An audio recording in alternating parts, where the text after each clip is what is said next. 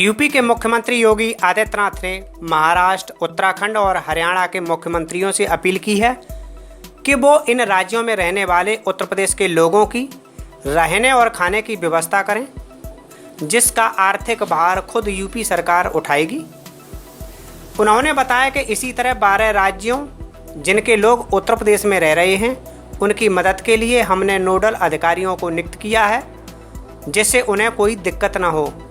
आपको बता दें कि 21 दिनों के लॉकडाउन की घोषणा के बाद लोग सैकड़ों किलोमीटर पैदल चलकर अपने प्रदेश को लौट रहे हैं। उन्हें कोई असुविधा ना हो, इसे लेकर सरकार हर संभव प्रयास कर रही है। छोटे व्यवसायी और समाज के विभिन्न तबकों के लिए आदरणीय प्रधानमंत्री जी द्वारा गरीब कल्याण पैकेज की घोषणा एक सराहनीय पहल है। हम इस पैकेज का अभिनंदन करते हैं, आदरणीय प्रधानमंत्री जी के प्रति आभार व्यक्त करते हैं। 1,75,000 करोड़ रुपए का ये पैकेज 80 करोड़ से अधिक लोगों जो लॉकडाउन का सामना कर रहे हैं, उनके जीवन को एक नई दिशा देने में इसका बहुत बड़ा रोल होगा। सचमुच ये प्रयास अभिनंदनीय है। उत्तर प्रदेश के अंदर लॉकडाउन के अंदर हमने सभी 75 जनपदों में सफलतापूर्वक अपने 23 करोड़ जनता के स्वस्थ और सुरक्षित भविष्य के लिए लॉकडाउन की कार्रवाई पूरी तरह प्रभावी ढंग से लागू हो रही है। इस दृष्टि से हम लोगों ने पहले ही प्रदेश के अंदर निर्माण श्रमिकों, ठेला, खोमचा, रेहड़ी,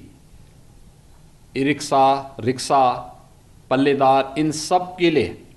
पहले से ही हम लोगों ने भरण पोषण भत्ते की भी घोषणा की है। अंत्योदय, मनरेगा मजदूर और अन्य सभी परिवारों के लिए खाद्यान्न की व्यवस्था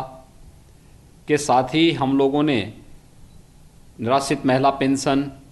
वृद्धावस्था पेंशन, दिव्यांगजन पेंशन की राशि को भी सभी लोगों तक पहुंचाने की एक कार्रवाई को भी आगे बढ़ाया है। ये कार्रवाई हमारी युद्ध स्तर पर चल रही है, लेकिन सार्वजनिक स्थानों पर भीड़भाड़ न हो, इस पर हमारा फोकस है। और मुझे बताते हुए प्रसन्नता है कि आज डोर स्टेप डिलीवरी यानी घर घर लोगों के लिए आवश्यक सामग्री पहुंचाने की दिशा में पूरे प्रदेश में 18,750 वाहन इस सेवा में, जनता जनार्दन की सेवा में प्रदेश के अंदर लगाए गए हैं। खासतौर पर यह सेवा हम लोगों के द्वारा दूध की आपूर्ति घर घर करने में, सब्जी की आपूर्ति घर घर तक पहुंचाने में, खाद्यान्न की आपूर्ति घर घर पहुंचाने में, इसके अलावा जो निराश्रित लोग हैं, रेन बसेरों में रह रहे हैं, बॉर्डर क्षेत्र में रह रहे हैं, निर्माण श्रमिक हैं, जिनके पास कुछ भी ऐसा साधन नहीं कि भोजन बना सकें या कोई कर सकें, उनके लिए कम्युनिटी किचन के माध्यम से भी भोजन पहुंचाने की व्यवस्था प्रारंभ कर दी गई है। और इसमें भारतीय जनता पार्टी के साथ साथ राष्ट्रीय स्वयंसेवक संघ से जुड़े हुए स्वयंसेवकों ने भी युद्ध स्तर पर आगे जा करके अपनी सेवाएं देना प्रारंभ किया है। वे वॉलंटियर्स जगह जगह जा कर के प्रशासन के साथ सहयोगी बन करके उन्हें घर घर तक या उन ज़रूरतमंदों तक पहुंचाने का कार्य प्रदेश के अंदर युद्ध स्तर पर कर रहे हैं। आज 7 लाख लीटर से अधिक दूध हम लोगों ने उन ज़रूरतमंदों परिवारों तक पहुंचाया है जो दूध के लिए जिन लोगों की डिमांड थी या जो लोग मार्केट में या डेयरी में जाकर के दूध खरीदते थे, उन लोगों के घरों तक पहुंचाने की एक कार्रवाई सफलतापूर्वक प्रदेश के अंदर की गई है। इसके अलावा सब्जी के ठेलों को, खाद्यान्न की आपूर्ति को, दवा की आपूर्ति को भी घर घर तक पहुंचाने के लिए कार्रवाई की गई है। 60,000 ग्राम पंचायतों में मुख्यमंत्री हेल्पलाइन की सेवाएं भी देने की कार्रवाई की जा रही है, जिसमें मुख्यमंत्री हेल्पलाइन के माध्यम से प्रत्येक ग्राम पंचायत से संवाद बनाना, बाहर से आए हुए लोगों को ट्रैक करना, उनके उपचार और उन्हें यहाँ पर प्रदेश के अंदर होम क्वारंटाइन के साथ जोड़ने की कार्रवाई के साथ ही ज़रूरतमंद परिवारों की क्या आवश्यकताएं हैं, उन आवश्यकताओं की पूर्ति के लिए भी कार्रवाई युद्ध स्तर पर प्रदेश के अंदर प्रारंभ हुई है। इसके साथ ही हम लोगों ने प्रदेश के अंदर स्वास्थ्य सुविधाओं की दृष्टि से भी और जनता की सुविधा की दृष्टि से भी, राज्य के जो लोग बाहर रहते हैं उन दृष्टि से भी हम लोगों ने आज 11 कमेटियों का गठन किया है। यूपी का एक्शन प्लान कोरोना वायरस की दृष्टि से जो हमारा तैयार होना था वह प्रभावी हो चुका है, जिसमें एक कमेटी चीफ सेक्रेटरी की अध्यक्षता में काम कर रही है। यह कमेटी इंटर स्टेट से जुड़े हुए मामले, भारत सरकार के साथ संवाद बनाना, साथ साथ निर्माण श्रमिक, साथ साथ शिक्षा से जुड़े हुए लोगों को, सेवा योजन से जुड़े हुए लोगों को और अन्य राज्यों में जो हमारे कार्यरत श्रमिक हैं या अन्य जो भी कर्मचारी वहाँ कार्य करते हैं उन लोगों के साथ संवाद बनाने के लिए चीफ सेक्रेटरी की अध्यक्षता की कमेटी कार्य कर रही है और इसने अपना कार्य प्रारंभ कर दिया है। दूसरी कमेटी हम लोगों ने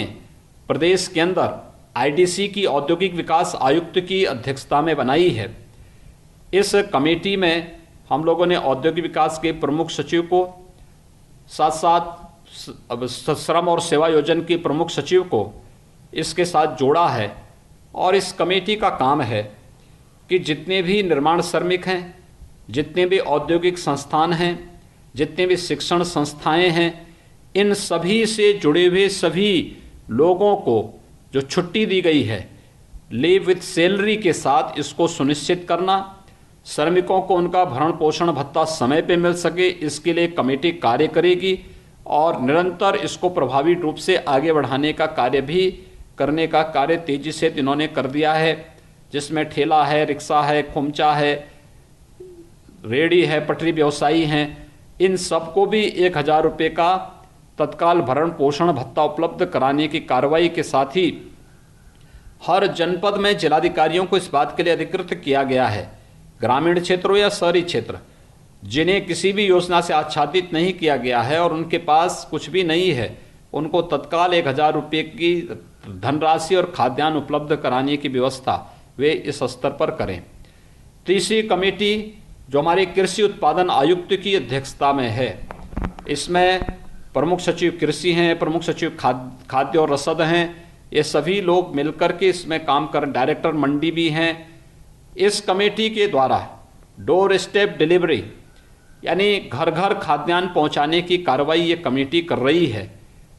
इस कमेटी के द्वारा एक एक चीज़ को मॉनिटर करने का, दूध है, सब्जी है, खाद्यान्न है, यह कमेटी घर तक, हर घर तक पहुंचाने की कार्रवाई इस कमेटी के द्वारा मॉनिटर किया जा रहा है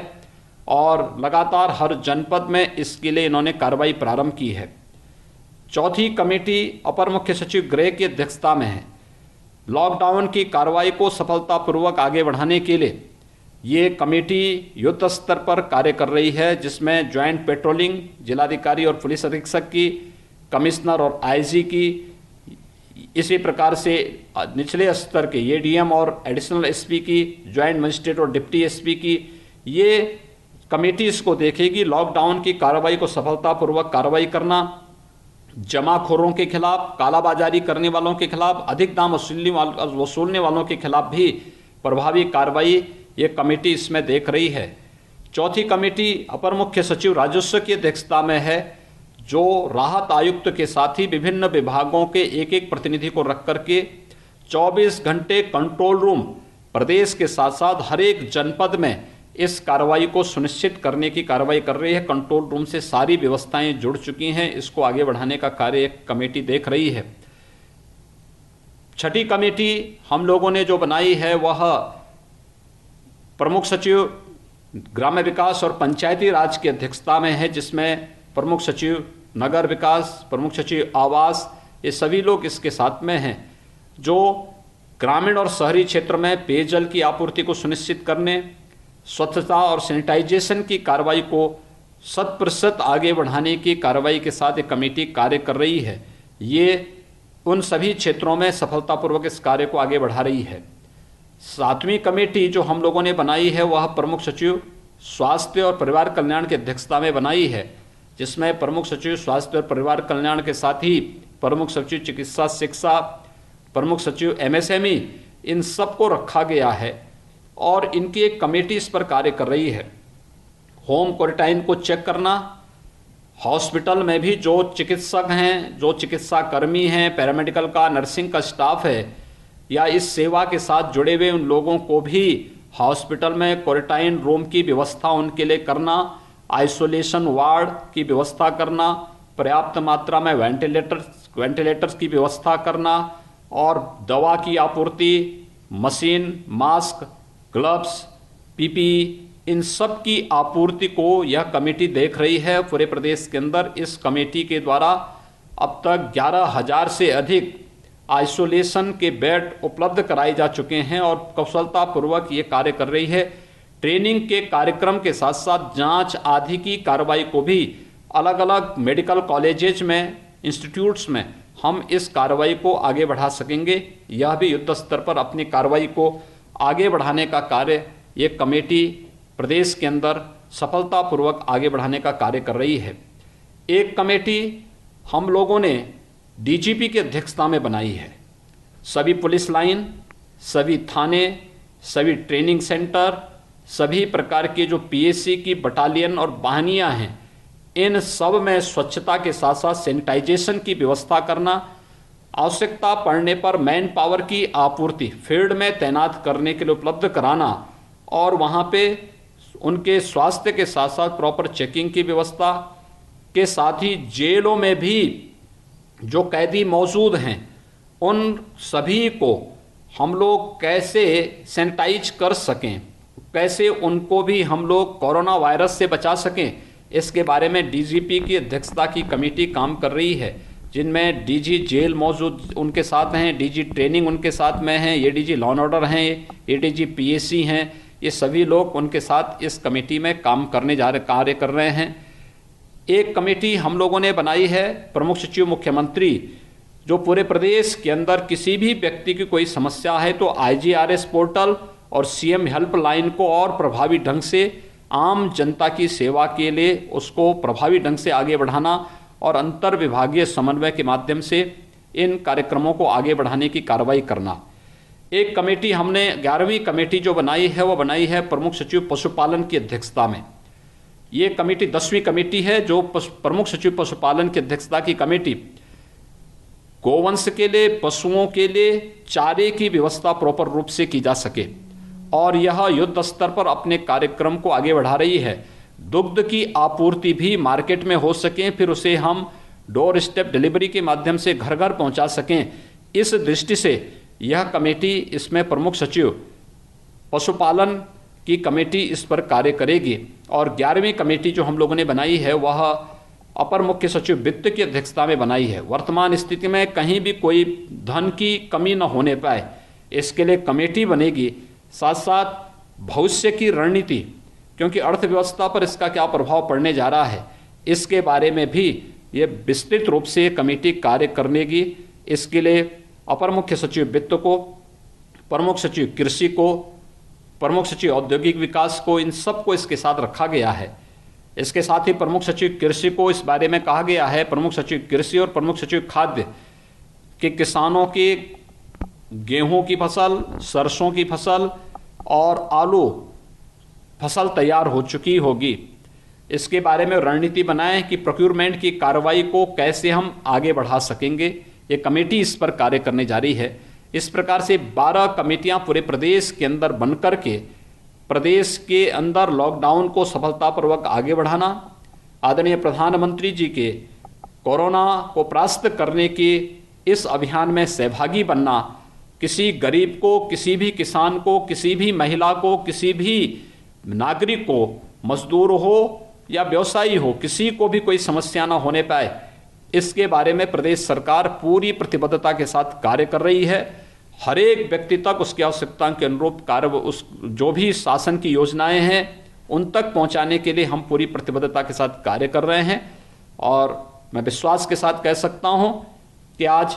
जो राहत पैकेज, प्रधानमंत्री गरीब कल्याण पैकेज की जो घोषणा आदरणीय प्रधानमंत्री जी के मार्गदर्शन में भारत सरकार ने घोषित किया है, ये निश्चित ही दुनिया का एक यूनिक मॉडल होगा और हम लोग कोरोना को परास्त कराएंगे, कोरोना परास्त होगा, भारत विजयी होगा और भारत का ये मॉडल दुनिया के अंदर भी हर एक देश अपनाएगा। इस विश्वास के साथ कोरोना के खिलाफ चल रही इस मुहिम में प्रत्येक प्रदेशवासी सहयोगी बने, लॉकडाउन की पूरी कार्रवाई में प्रशासन का सहयोग करें, ये मेरी पूरे प्रदेशवासियों से अपील होगी। लॉकडाउन की इस कार्रवाई में उनको कुछ परेशानी हो सकती है, तात्कालिक है ये, लेकिन उनके उत्तम स्वास्थ्य के लिए और उनके परिवार की सुरक्षा के लिए, एक सुरक्षित भविष्य के लिए ये तात्कालिक उठाए गए कदम हैं। हम सब इसमें अपना सहयोग प्रदान करें, ये मेरी सबसे अपील होगी। रास्ते तो हर मोड़ पर बदल जाते हैं, पर दिशाएं कभी नहीं बदलती, जैसे कि हम और हमारा साथ। हर दिशा में आपके बच्चे के साथ, आज, कल और हमेशा के लिए। सील गंगा स्मारक इंटर कॉलेज, मैनपुरी रोड, माड़े, सिकोहाबाद, जनपद फिरोजाबाद।